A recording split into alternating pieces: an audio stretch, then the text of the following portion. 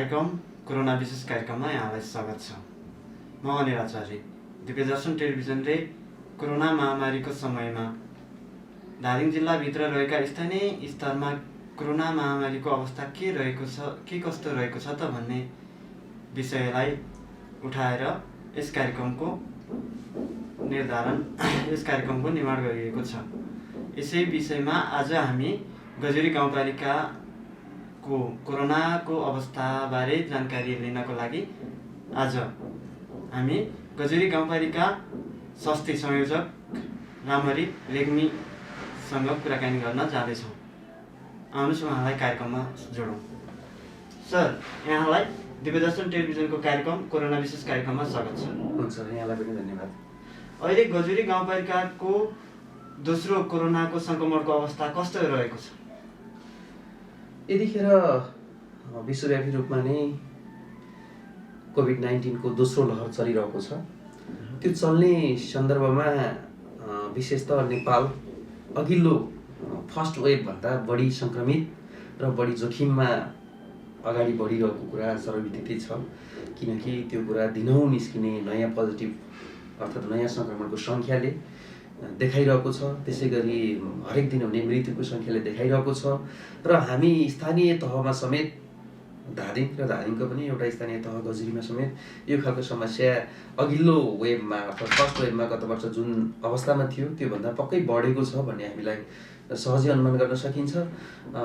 त्यति हुँदाहुँदै पनि हामीले टेस्ट चाहिँ पठाइरहेका छौँ। पोजिटिभ केसहरू आउने क्रम जारी छ।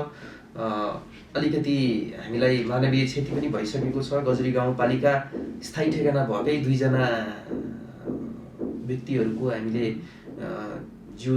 ज्यानकै क्षति अर्थात् मृत्यु बेहोर्नु परिरहेको छ।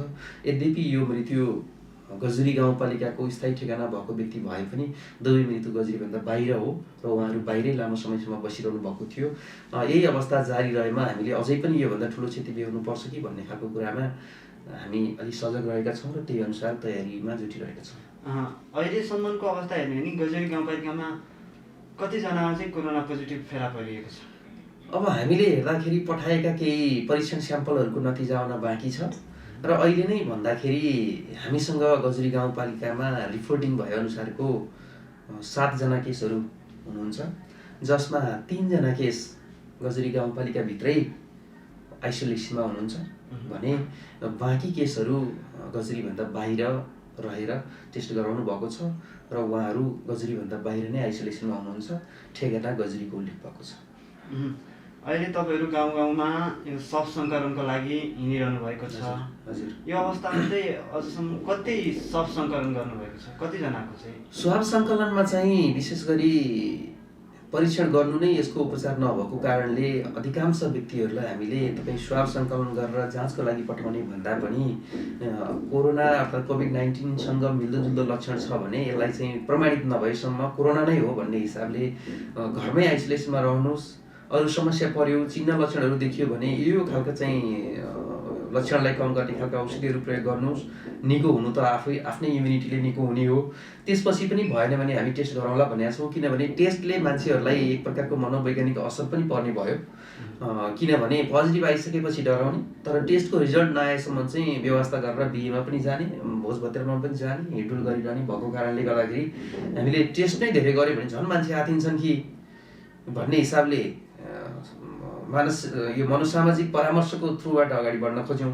त्यति हुँदाहुँदै पनि नगरी नहुने बढी जोखिम भएको मान्छेको चाहिँ हामीले टेस्ट गरेका छौँ। अहिले चाहिँ हामीलाई 11वटा स्याम्पलको रिपोर्ट आउन बाँकी छ, हिजो र अस्ति पठाएको भने। योभन्दा अगाडिको चाहिँ अधिकांश टेस्टहरू हामीले काठमाडौँ नै पठाइरहेका थियौँ र त्यसमा केही पोजिटिभ आए, केही नेगेटिभ आए।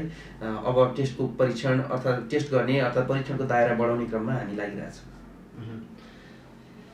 भनेपछि गाउँपालिका दोस्रो कोरोनाको चरणमा चाहिँ लगातार लागिरहनु भएको छ दोस्रो सङ्क्रमणलाई कम गर्नको लागि लागिरहेका छौँ। अहिले अब टेस्टको काम भन्दा पनि विशेष गरी अब पोजिटिभ नै आइसक्यो भने टेस्ट नगर्दा पनि चिन्ह र लक्षणहरू प्रशस्तै देखियो भने तिनीहरूलाई चाहिँ कसरी सुरक्षा सहित राख्ने भन्ने खालको कुराहरू हामीलाई च्यालेन्जको विषय भएको छ।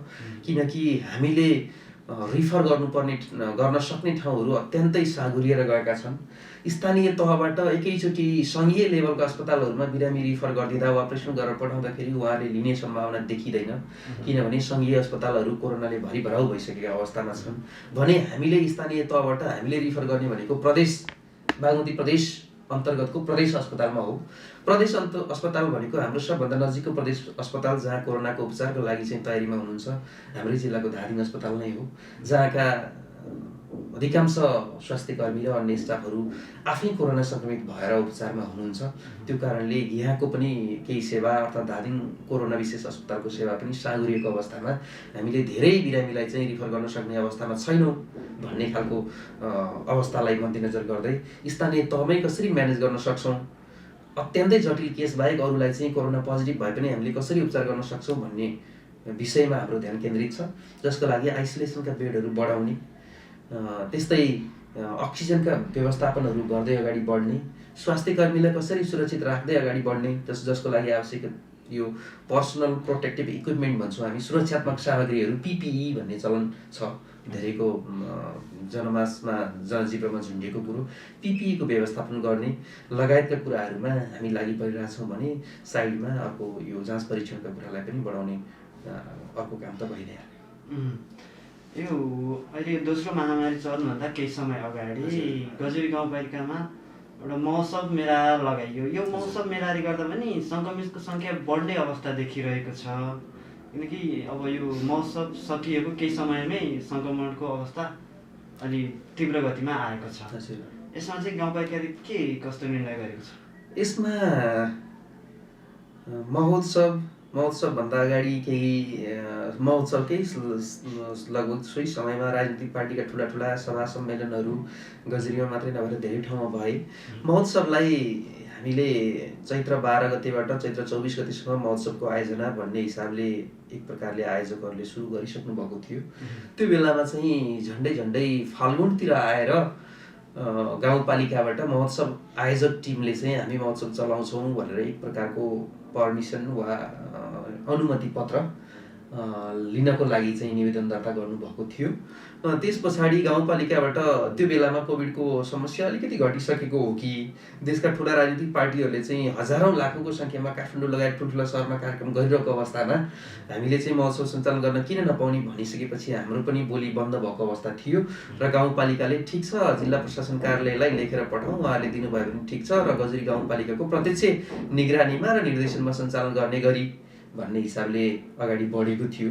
त्यतिखेर हामीलाई पनि पार्टीका सभा सम्मेलनहरूमा चाहिँ 20औँ 30औँ 50औँ हजारका मान्छेहरू जम्मा हुने अनि महोत्सव किन नगर्ने, यो त स्थानीय तहकै लागि पनि एउटा आय आर्जनको वा आर्थिक उपार्जनको लागि चाहिँ आवश्यक चिज हो।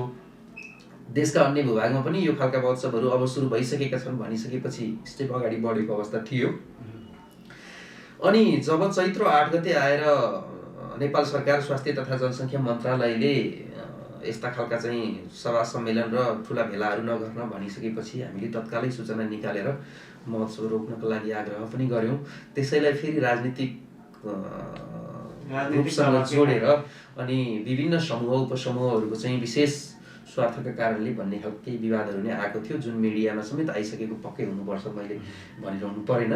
अनि पछि केही समय होल्ड गरिसकेपछि उहाँहरूले फेरि सञ्चालन गर्छौँ भन्ने खालको कुराले अलिक केही दिन पछाडिबाट सुरु भयो, जसमा स्वास्थ्यको हिसाबले हाम्रो सहमति र समर्थन खासै थिएन। तर पनि उहाँहरूले हामीले धेरै तयारी गरिसक्यौँ, धेरै खर्च गरिसक्यौँ, हामी डुब्ने अवस्थामा भयौँ कि भने हामीलाई क्षतिपूर्ति चाहिन्छ भन्ने खालको कुरा गरिसकेपछि गाउँपालिका केही हदमा थोरै मौन बसेको चाहिँ हो। यसको अर्थ गाउँपालिका सरकार प्रमुख उपप्रमुख नै उद्घाटनमा गएर सुरु गरिएको पनि हो। त्यतिखेर लागेको थियो अलिकति अब कम हुँदैछ भन्ने खालको कुरामा हाम्रो नजरअन्दाज अलिकति अन्डर एस्टिमेट भएकै हो त्यतिखेर, र त्यसले बढायो भन्ने खालको कुरो त लगभग महोत्सव सकिँदाको 10-12 दिनसम्म पनि नयाँ केसहरू नदेखिसकेपछि ठ्याक्कै त्यसैलाई भन्न त मिल्दैन। तर हामीले जति सजगता अपनाउनु पर्ने थियो त्यसमा चाहिँ सजगता अपनाउनमा हामी कहीँ कतै थोरै चुक्यौँ कि भन्ने खालको कुरालाई कहीँबाट चाहिँ प्रश्न उठ्यो भने हामीले त्यसलाई एक्सेप्ट गर्नै पर्छ।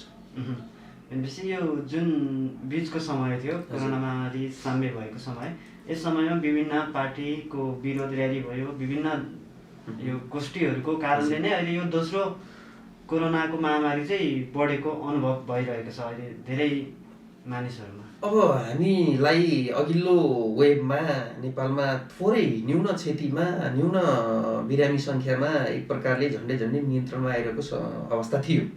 तर पछिल्लो पटक सेकेन्ड वेभ जुन आयो यो बिचमा हामीले थुप्रै तयारीहरू गर्नुपर्ने थियो, त्यो सङ्घीय लेभलबाट, प्रदेश लेभलबाट र स्थानीय लेभलबाट। अलिकति केसको सङ्ख्या घटिसकेपछि हामी मौन रह्यौँ। हामी अल्छीपनले हामीलाई अलिकति असर पारेकै हो। यो बिचमा हामीले थुप्रै अस्पतालहरू, थुप्रै आइसोलेसन र क्वारेन्टाइन सेन्टरहरू व्यवस्थित रूपमा गर्न सक्थ्यौँ। त्यो नसकेको अवस्था चाहिँ हो। त्यो मैले गजुरीको हकमा मात्रै भनिनँ, यो हाम्रो समग्र देशभरिकै हकमा त्यो नियम लागू हुन्छ नै। बिचमा सङ्घीय लेभलदेखि हरेक लेभलमा सरकार परिवर्तनका कुराहरूमा बढी केन्द्रित रह्यो सरकार पनि। बिचमा आफ्ना तयारीहरू त गर्दै गएको हो, तर पनि जति गर्नु पर्थ्यो त्यति चाहिँ नभएको हो कि भन्ने खालको कुरा राजनीतिक पाटोबाट भन्नुभन्दा पनि म एक स्थानीय तहको स्वास्थ्य इन्चार्ज, अर्को कुरा आफैमा एउटा डाक्टर वा चिकित्सक भएको हिसाबले हामीले थुप्रै तयारी गर्नु पर्थ्यो, अलिक बढी सिरियस रूपमा लिनु पर्थ्यो।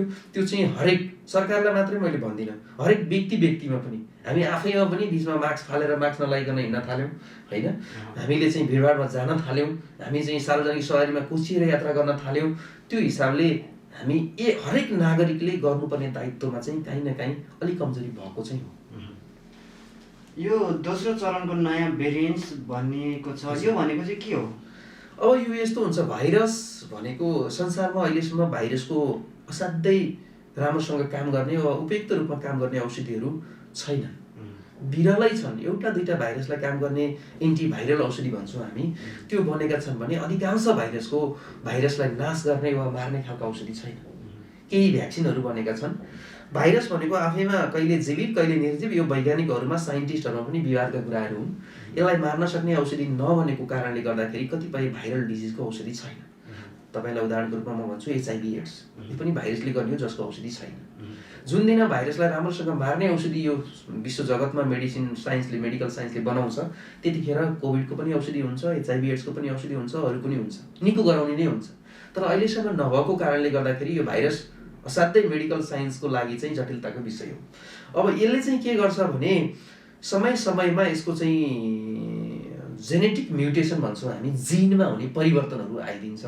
अनि अघिल्लो पल्टको वेभमा भाइरसको जुन जिनलाई जुन स्ट्रक्चरले त्यो भाइरस बनेको थियो, प्रक्रियाहरू नै फरक, कि फास्ट हुने कि स्लो हुने अघिल्लोको भन्दा थोरै फरक विशेषताको आइदिन्छ कि।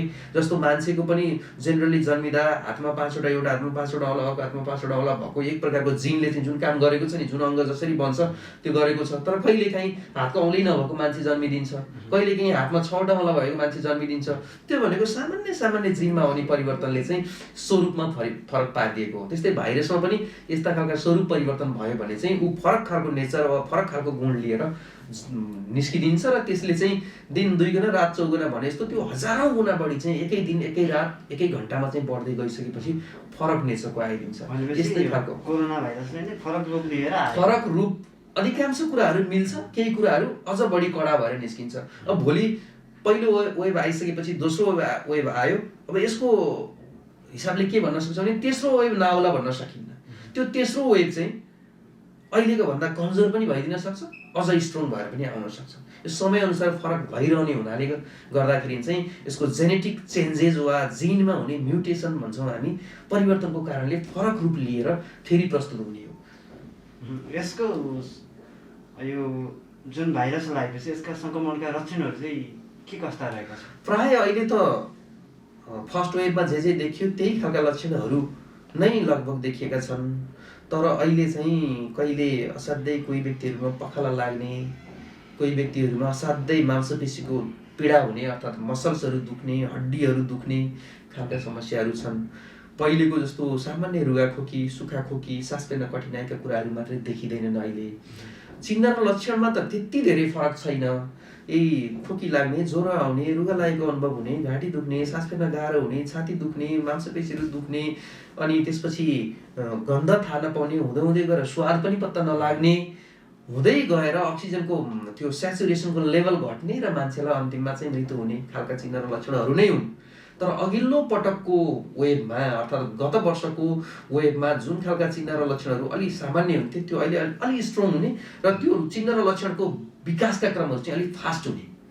पहिले चाहिँ मान्छे ज्यानै गुमाउनु परे पनि अलि लामो समयसम्म 3 दिन 4 दिन 5 दिनमा बिस्तारै अझ सिरियस हुँदै हुँदै गएर मर्थे भने अहिले चाहिँ फ्याट्टै केही अघिल्लो दिनसम्म एकदमै ठिक छ, भोलिपल्ट नै ठ्याक्कै डेथ भइहाल्ने खालका समस्याहरू बढी देखिएका छन् भने अघिल्लो पल्टको बिरामीमा चाहिँ धेरै जसो वृद्धा र दीर्घ रोगीहरू बढी थिए भने अहिले चाहिँ यङलाई पनि त्यत्तिकै असर पारेको र अहिलेसम्म ठिकै छ।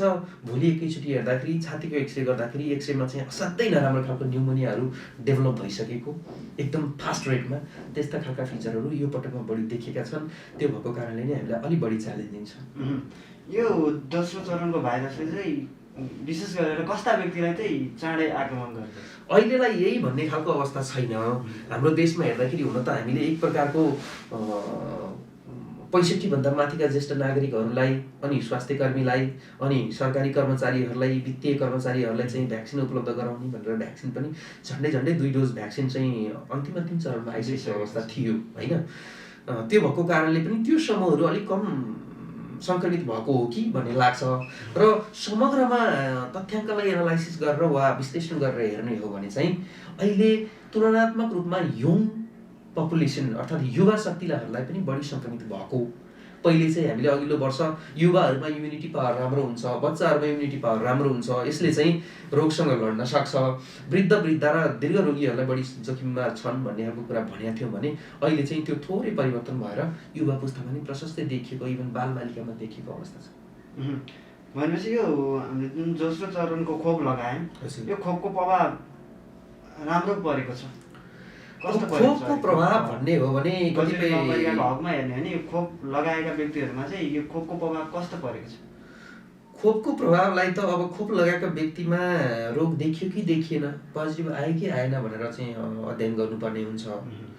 हामीले त्यो खालको अध्ययनहरू गर्न सकेका छैनौँ र गजुरी गाउँपालिकामा पनि लगभग 500 भन्दा बढी मान्छेलाई हामीले खोप दिएका छैनौँ। त्यो भएको हुँदा ती व्यक्तिहरूलाई फेरि दोहोरिएर आयो भन्ने खालको चाहिँ अहिलेसम्म केसहरू रिपोर्टेड भएको छैन। कसैले पनि मैले 2 डोज खोप लगाइसकेँ अझै पनि मलाई यस्ता खालका चिन्ह र लक्षण देखियो, कोभिड टेस्ट गराउनुपर्छ कि भनेर सोध्नु भएको छैन। तर खोप आफैमा 100% सेफ चाहिँ होइन भन्नाले खोप लगाइसकेपछि 100% सुरक्षित भइन्छ, रोग लाग्दैन भन्ने चाहिँ होइन। जस्तो मैले पनि 2 डोज खोप लगाइसकेको छु तर पनि मास्क लगाउनै पर्छ। र खोपको नेपालमा धेरै चलेको भनेको कोभिसिल्ड भन्ने भ्याक्सिन हो जुन इन्डियाको चाहिँ सेरम ल्याबोरेटरीमा बनेको छ, एस्ट्राजेनेका त्यो कम्पनी अर्थात् त्यो फार्मास्युटिकल्स मार्फतमा त्यो खोप यहाँ पहिलोचोटि चलेको हो र पहिलोचोटि 77 साल माघ 14 गते देशमा लन्च भएको। माघ 14 गते नै मैले आफैले पनि पर्सनली पनि लगाएको हो। त्यो दोस्रो डोज पछिल्लो चरणमा वैशाखको पहिलो हप्तामा आएर लगाइयो होइन। अनि लिटरेचरले के लेखेको छ भने त्यो खोपको सवालमा चाहिँ पहिलो डोज खोप लगाइसकेपछि केही मात्रामा इम्युनिटी बढ्ने र दोस्रो डोज लगाइसकेपछि केही न्युजहरूमा 70-72% भनेको छ भने केहीले 90% प्रोटेक्सन गर्छ भनेर लेखेको छ। र त्यसको लागि पनि हाम्रो अब मन्त्रालयका चाहिँ विशेषज्ञ लेभलका डक्टरहरूले दिइरहनु भएको इन्टरभ्यूमा चाहिँ दोस्रो डोज खोप लगाएको 16 दिन पछाडिबाट मात्रै इम्युनिटी बन्न स्टार्ट हुने त्यो लेभलमा जुन आइरहेको छ 70% वा 80% वा 90% प्रोटेक्सन, त्यसको लागि चाहिँ कम्तीमा 16 दिन लाग्छ। त्यसैले दोस्रो डोज खोप लगाएको 2 डोज खोप लगाएको पनि पोजिटिभ आयो भनेर नआत्तिनु हुन भनेर उहाँले चाहिँ वक्तव्य जारी गरिरहनु भएको छ। त्यसैले मैले त दोस्रो डोज खोप वैशाखको 10 गते लगाएँ, अझै मेरो 16 दिन पुगेको छैन। त्यही भएर त्यो लेभलको प्रोटेक्सनको लेभलमा पनि म पुगेको छैन। भने हाम्रो धादिङमै कुरा गर्दा हाम्रै केही स्वास्थ्यकर्मी साथीहरू धादिङ अस्पतालमै काम गर्ने साथीहरू 2 डोज खोप लगाएको पहिलो वेभमा पनि सङ्क्रमित भएको पनि फेरि सेकेन्ड वेभमा पनि इन्फेक्टेड हुनुभएको छ। त्यसले भ्याक्सिन नै 100% प्रोटेक्सन हो, सुरक्षित भइन्छ भनेर बस्न मिल्दैन। तर खोप नलगाएको व्यक्तिभन्दा खोप लगाएका व्यक्तिहरू बढी सुरक्षित हुन्छन्, त्यो चाहिँ प्रयोगशालामा प्रमाणित भएको कुरा हो। भनेपछि खोप लगाएका व्यक्तिहरू केही हदसम्म एकदमै इनफ्याक्ट सुरक्षित हुन्छन् नै। यस दोस्रो चरणको कोरोना महामारीले गजुरी गाउँपालिकाको बढी प्रभावित पारेको क्षेत्र कुन रहेको छ? धेरै जसो अहिले चाहिँ अब सामान्य यो सिजनल चेन्ज, हावाहुरी चल्ने अनि रुगाखोकीका समस्याहरू बढ्ने यसै पनि सिजन चलिरहेको छ। यो हरेक वर्ष यो खालको बिरामीहरू आउने समय नै हो। त्यति हुँदाहुँदै नै अहिले चाहिँ रुगाखोकी लाग्ने बित्तिकै सामान्य ज्वरो आयो भने मलाई चाहिँ कोभिडै हो कि भनेर आत्तिने खालको यो परिवेशको विकास भएको छ। त्यसैले सबै वडामा यो वडामा चाहिँ छैन भन्ने छैन। तर अहिले हामीले जति स्याम्पलहरू पठाइरहेका छौँ। यहाँनिर चाहिँ अलिक बढी भयो भन्ने चाहिँ विशेष गरी गजरी गाउँपालिकाको वडा नम्बर 7 किरान्चुकको एउटा भूभाग छ। हामीले 2 जना मानवीय क्षति पनि त्यहीँ बेहोर्नु पऱ्यो भन्नाले त्यही ठेगाना भएको। जस्तो एकजना दिल्लीमा हुनुहुन्थ्यो, वहीँ इन्फेक्टेड हुनुभयो, एक्सपायर हुनुभयो, उहाँ वर्षौँदेखि उतै हुनुहुन्थ्यो। अब हाम्रो कमजोरीको कारणले भन्न त मिलेन, तर पनि हाम्रो एउटा क्षति त हो नि एकजना व्यक्तिको। त्यस्तै उहाँको आफ्नै आमा, एउटै परिवारमा 2टा आफ्नै आमा जो इन्डियामा बित्नुभयो, उहाँको आफ्नै आमा वीरगन्जमा बसिरहनु भएको थियो 2 महिनादेखि। एकजना छोरा त्यहाँ पनि हुनुहुँदो रहेछ, आँखाको अपरेसन गर्नलाई वीरगन्ज जानुभयो, उतै बस्नुभयो, सिमरातिर बस्दै आउनुभयो, बिरामी हुनुभयो, भरतपुर ल्याइयो, भरतपुर नयाँ मेडिकल कलेजमा एक्सपायर हुनुभयो। अब गजरीमा सर्यो, गजरीले गर्न नसकेको भन्ने भन्दा पनि क्षति त हाम्रो भयो।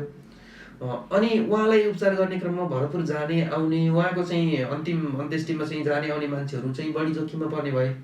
त्यो भएको कारणले गर्दाखेरि अहिले त्यहाँको चाहिँ स्याम्पल हामीले बढी कलेक्सन गरिरहेछौँ र मोर बढी चाहिँ इन्भल्भ भएका व्यक्तिहरूको चाहिँ 11 जनाको पठाउँदाखेरि अब के रिपोर्ट आउँछ त्यसपछि हामीले अलिकति मास टेस्टिङमा जानुपर्छ कि भन्ने योजनामा हामी छौँ। यो गजरी गाउँपालिकाले कोरोना सङ्क्रमित व्यक्तिहरूको उपचारको लागि हजुर के कस्तो व्यवस्था मिलाएको छ?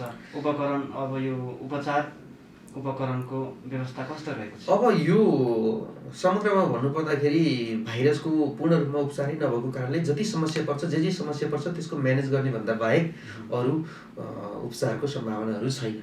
सास फेर्न सकेन भेन्टिलेटरमा राख्ने, आइसियुको उपचार दिने, अक्सिजन दिने।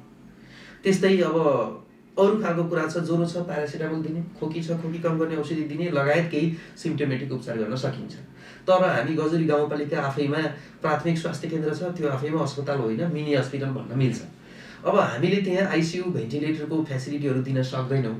जम्मा जम्मी मेडिकल अफिसर पिएसीमा 2 जना हुनुहुन्छ एमबिबिएस गरेको, म तेस्रो अर्थात् एमबिबिएस गरेको अर्को डाक्टर पनि। हामी जम्मा गाउँपालिकामा 3 जना डाक्टरहरू छौँ सरकारी स्वास्थ्य संस्थामा। भने प्राइभेट अस्पतालमा पनि अरू 1-2टा अस्पतालमा डाक्टरहरू हुनुहुन्छ। अब हामीले अहिले गर्ने भनेको चाहिँ अक्सिजनको म्यानेज गरेर राख्ने। भोलि 20औं जना मान्छेलाई हामीले भर्ना गर्नु पर्यो भने अक्सिजनकै अभावमा छटपटेर मृत्युवरण नहोस् भन्ने खालको कुरालाई मध्यनजर गर्ने हो। स्वास्थ्य कर्मीलाई स्ट्यान्ड बाई राख्ने, अनि उहाँहरूले चाहिँ ड्युटी गर्नलाई डेडिकेटेड टिमहरू खटाउने र उहाँले ड्युटी गर्दा पनि भोलि सम्पूर्ण स्वास्थ्यकर्मी सङ्क्रमित भएर सेवा कम्प्रोमाइज गर्नुपर्ने अवस्था नआओस् भनेर अलिकति कन्सियस हुने। अब अहिलेसम्म हामीमा अस्पताल नभएको कारणले धेरै बेड थिएनन्। हामीले अहिले गजरी प्राथमिक स्वास्थ्य केन्द्रमा 10 बेडको आइसोलेसन बनाएका छौँ अक्सिजन सहितको। भने 2 दिन अगाडिदेखि हामीले तयारी गरेर आदमघाटको एउटा चाहिँ सामुदायिक भवनमा 5 बेडको आइसोलेसन अर्को नेक्स्ट तयारी गरिरहेछौँ। त्यहाँ सबै कुरा भइसकेको छ। अब टोयलेटको कन्स्ट्रक्सन हिजोदेखि सुरु भएको छ। नुहाउने दिशा पिसाब गर्ने ठाउँको लागि पनि सुरक्षित तरिकाले गर्नुपर्छ भनेर त्यो भएको कारणले हामीले 15वटा बेड हामीसँग अहिले मौजुदा अवस्थामा अर्थात् 15 जनासम्म भर्ना गरेर हामीले सामान्य उपचार दिन सक्ने अवस्थामा छौँ अक्सिजनसम्मको उपलब्धता गराएर। भने अब चाहिँ हरेक वडामा कम्तीमा पनि 4-5 बेडको चाहिँ वडै पछि बनाउने कि भन्ने खालको कुरामा स्थानीय सरकारसँग हामी कर्मचारी स्वास्थ्यकर्मीको टिमले चाहिँ सल्लाह गरिरहेछौँ। उहाँहरू सकारात्मक हुनुहुन्छ, गरौँ भन्नुभएको छ।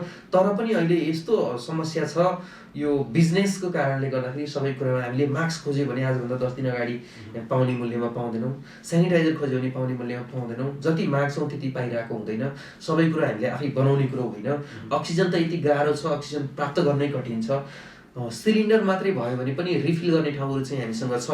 अक्सिजनको उत्पादनमा नेपालमा त्यति धेरै सङ्कट आउला जस्तो देखिँदैन जुन इन्डियामा छ। तर सिलिन्डरको अभावमा त्यो सिलिन्डर नपाएको कारणले गर्दाखेरि समस्या छ।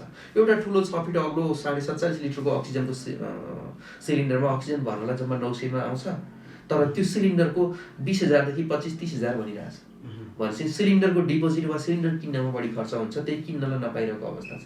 भनेपछि अहिले यो कोरोना महामारीको समयमा हरेक वस्तुको मूल्य बढिरहेको छ। अब यो सुरक्षात्मक सामग्रीहरूको मूल्यहरू बढाइरहेको अवस्था छ। त्यसलाई चाहिँ नियमन गर्ने, कुनै पनि हालतमा चाहिँ त्यसको चाहिँ म्याक्सिमम रिटेल प्राइस यति हो, त्योभन्दा नपाउने भन्ने खालको निर्णयहरू निर्देशनहरू स्पष्ट रूपमा आउन नसकेको अवस्था छ।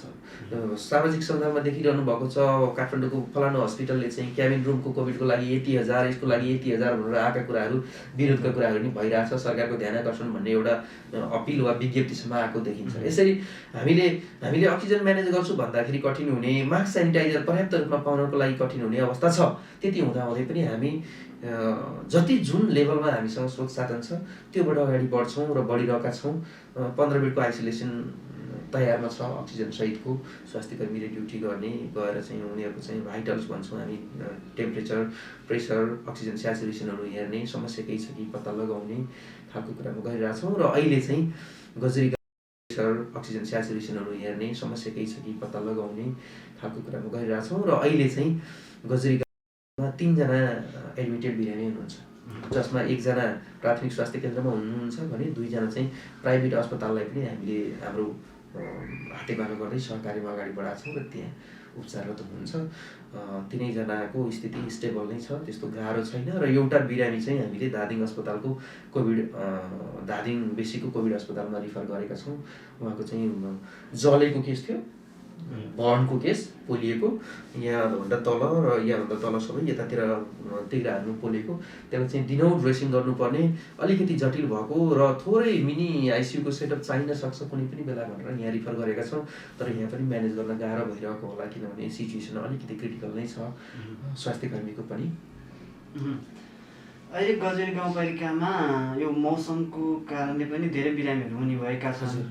अहिले यो अन्य रोगका बिरामीहरूको उपचार चाहिँ कुन तरिकाले चाहिँ गरिरहेको छ? अहिले चाहिँ हामीमा समग्र गाउँपालिकाभरिमा जम्मा सरकारी लेभलमा 8वटा स्वास्थ्य संस्थाहरू छन्। एउटा प्राथमिक स्वास्थ्य केन्द्र, 2वटा स्वास्थ्य चौकी र 5वटा आधारभूत स्वास्थ्य सेवा केन्द्रहरू। 8वटै स्वास्थ्य संस्थाबाट नियमित सेवाहरू सुचारू भइरहेको छ। सो मध्ये एउटा स्वास्थ्य संस्था आधारभूत स्वास्थ्य केन्द्रको 1 जना अब चाहिँ पोजिटिभ हुनुहुन्छ। उहाँ काठमाडौँमै आइसोलेसनमा बसिरहनु भएको छ भने अरू सबै स्वास्थ्य कर्मीहरू आजको मितिसम्म चाहिँ सङ्क्रमित नहुनु भएको कारणले गर्दाखेरि हामीले सेवा सुचारू नै गरिरहेका छौँ। दिनहुँ ओपिडी सेवा, जस्तो धादिङ अस्पतालको ओपिडी बन्द गर्नु परेको छ, त्यो खालको क्राइसिसमा हामी पुगेका छैनौँ। नियमित रूपमा सेवा सञ्चालन भइरहेको छ। तर प्राथमिक स्वास्थ्य केन्द्र गजुरीमा आइसोलेसन पनि त्यही सञ्चालन र ओपिडी पनि त्यसकै नेक्स्ट बिल्डिङमा सञ्चालन गर्नु पर्दाखेरि केही चाहिँ अलिकति कठिनाइहरू भोग्नु परेको छ, किनभने फरक र अलिक टाढा ती आइसोलेसन र नियमित सेवा दिने स्वास्थ्य संस्था राख्न पाए हुन्थ्यो।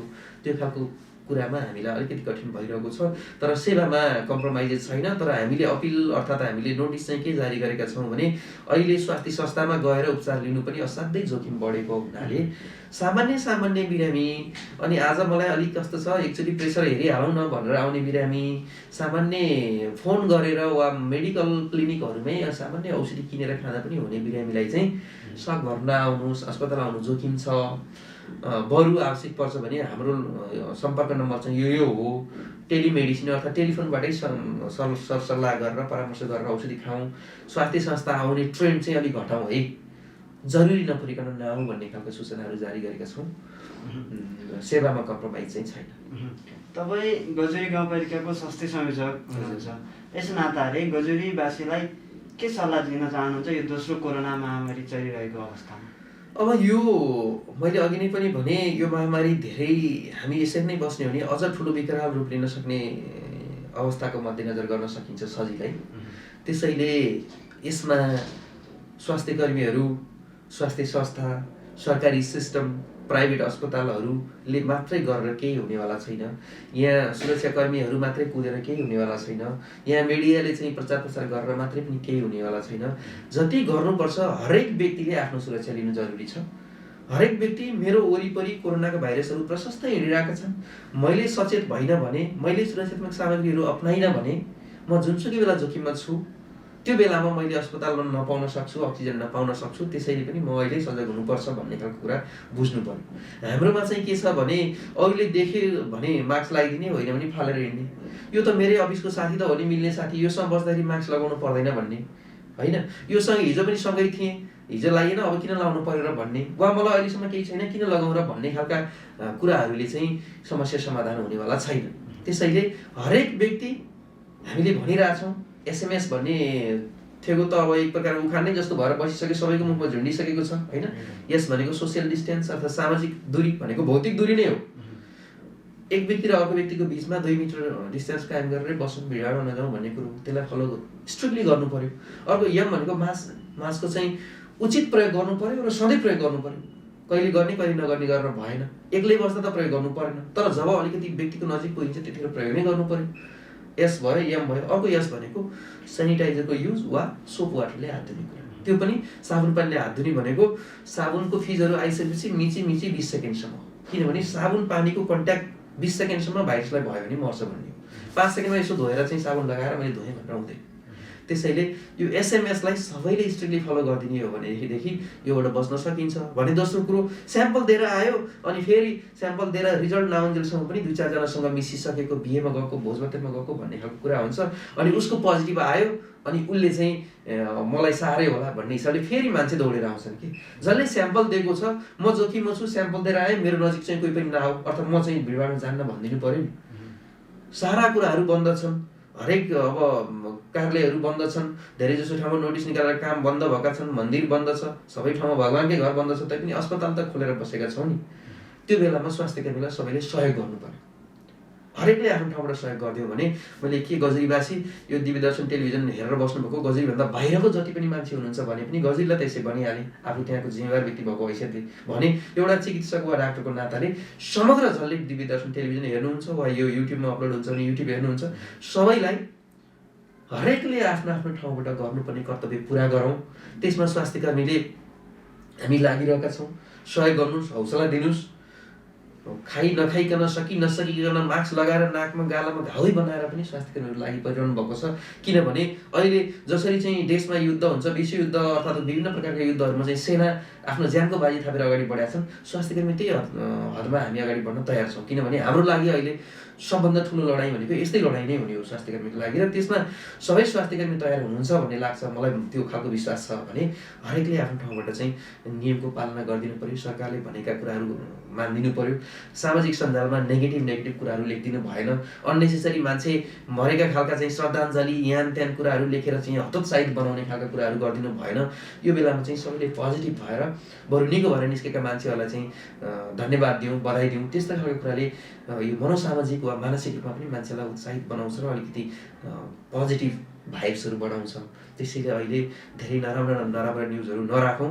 स्वास्थ्यकर्मीहरू लागि परिरहेछन्, कतिपय स्वास्थ्य संस्थामा गए यो सेवा पाइन, त्यो सेवा पाइन, अनि अस्पतालले चाहिँ यति लियो, डाक्टरहरू यस्तो भनिरहेछन्। विशेष गरी अस्पताल सञ्चालन गर्नेहरू त बिजनेसम्यानहरू हुन्छन्, यति लियो उति लियो, डाक्टरले पाएको हुँदैन। यो अवस्थामा डाक्टरहरूले उनीहरूले अब वा स्वास्थ्यकर्मी वा नर्से जोसुकै भनौँ यो फिल्डमा लागिरहेछौँ, सरसफाइ कर्मी हुन सक्छन्, यो सबैलाई उच्च मनोबलका साथ काम गर्ने वातावरण बनाइदिउँ। त्यो भयो भने हामी यसलाई चाहिँ पक्कै पनि परास्त गर्न सक्छौँ भन्ने खालको आशा र हिम्मत हामीसँग छ। र सबैले अहिले मैले भनेको एसएमएस तिनवटा कुराहरू चाहिँ स्ट्रिक्टली फलो गरिदियौँ भने मजाले जिस्केर बजारमा हिँडिदिने, मास्क लगाउनु भएको छैन भने कसले दिएको छ र दिनु न भन्ने खालका कुराहरू गर्ने खालको कुराहरू, यो जिस्किने मजाकको विषय होइन, यो मानव जीवनसँग जोडिएको अत्यन्तै सिरियस कुरा हो। त्यसैले यो सबैले फलो गरेर अर्थात् यो नियमहरू पालना गरेर अगाडि बढौँ र यसलाई चाहिँ परास्त नगरी कुनै उपाय नै छैन।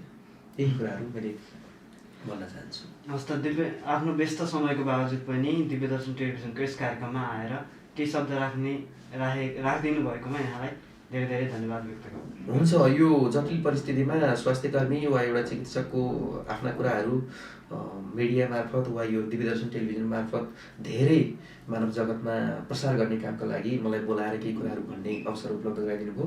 त्यसको लागि कार्यक्रम सञ्चालक लगायत सम्पूर्ण दिव्यदर्शन टेलिभिजन टिमलाई पनि विशेष धन्यवाद एवं आभार प्रकट गर्दछु। र फेरि पनि पुनः अहिले भनेका कुराहरू यहाँहरू सबैले अक्षरशः पालना गरिदिनु हुनको लागि हार्दिक आह्वान एवं अपिल गर्दछु। धन्यवाद। हस् त, हामी छोड्छौँ। आजको कार्यक्रमको निर्धारित समय सकिसकेको छ। आज हामीले गजुरी गाउँपालिकामा कोरोना महामारीको दोस्रो लहरको अवस्थाबारे गजुरी गाउँपालिकाका स्वास्थ्य संयोजक डाक्टर रामहरि रेग्मीसँग कुराकानी गरिसकेका छौँ।